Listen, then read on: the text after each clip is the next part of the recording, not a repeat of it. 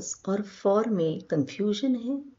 आज के बाद यह कंफ्यूजन दूर होगा। Hello friends, welcome to Kiya education where your words create your own confidence. दोस्तों, बेंजामिन फ्रैंकलिन कहते हैं an investment in knowledge pays the best interest, यानी ज्ञान में किया गया इन्वेस्टमेंट सबसे अच्छा और हमेशा फायदा देता है।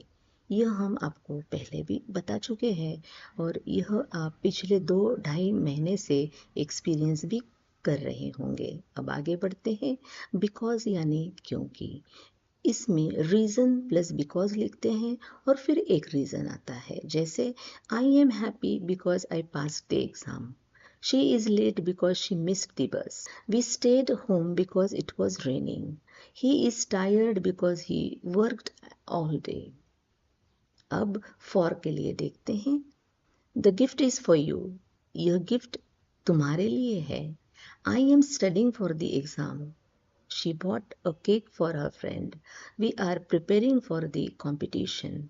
यहाँ पर ध्यान देने की बात है दोस्तों।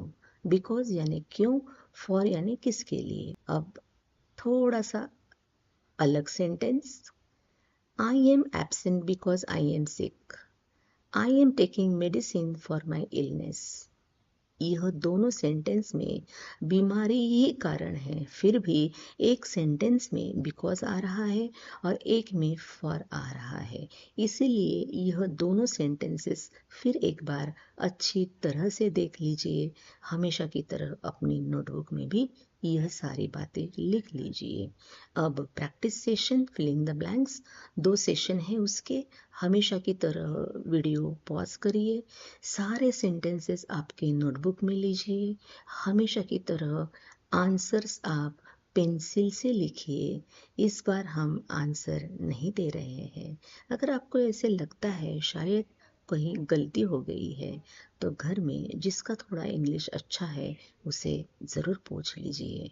1 मोर प्रैक्टिस सेशन दे रहे हैं और वो शुरू से दे रहे हैं। इसके लिए आपको पीछे के वीडियोस देखना ज़रूरी है। अगर ज़रूरत पड़े तो आपको हर दिन पिछले वीडियोस देखना बहुत ही ज़रूरी है। यहाँ पर एक सिंपल अंडरस्टैंडिंग है। आई कम यानी एक आदत के लिए बताया गया है। यहाँ पर आप कुछ भी लिख सकते हैं। आई गो, आई कम, आई स्टैंड, एक आदत है। आई एम कमिंग यानी अभी की बात हो रही है। आई हैव कम यानी काम पूरा हो चुका है, जो आने का काम है वो पूरा हो चुका है।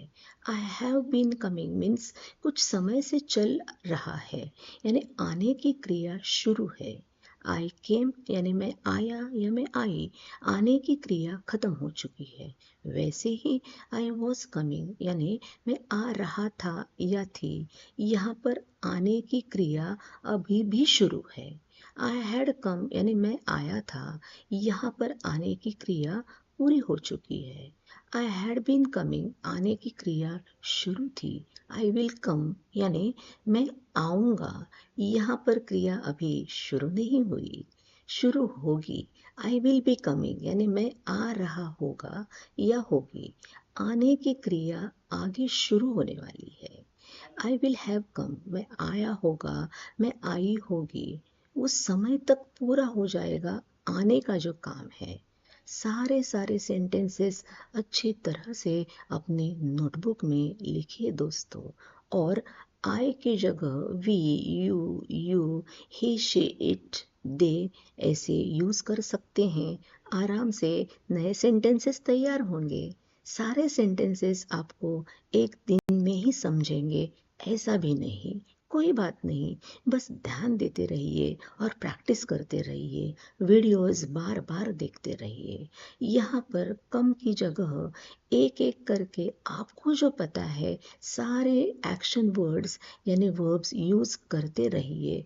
अनगिनत सेंटेंसेस आप तैयार कर सकते हो और सेंटेंसेस तैयार करते हो तो आप बोल भी सकते हो। इन सारे सेंटेंसेस को अभी बड़ा कैसे करना है वो भी देखते हैं।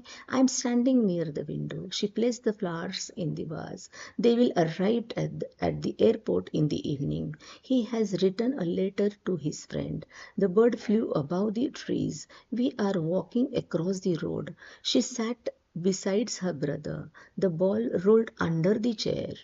I have kept your file on the desk. They were talking about the plan. He is going towards the market. We will meet after the class. She is interested in music. The car stopped in front of the gate. They come from a small village. दोस्तों, action is the foundation key to all success. यानी सफलता का असली रास्ता action लेना है. सिर्फ knowledge नहीं, एक्शन ही हमें आगे ले जाता है. आप प्रैक्टिस करते रहिए, गलती करते रहिए, लेकिन बोलते रहिए बार बार 10 बार. प्रैक्टिस बहुत ज़रूरी है दोस्तों. Keep practicing every day. Speak without fear. See you in the next video.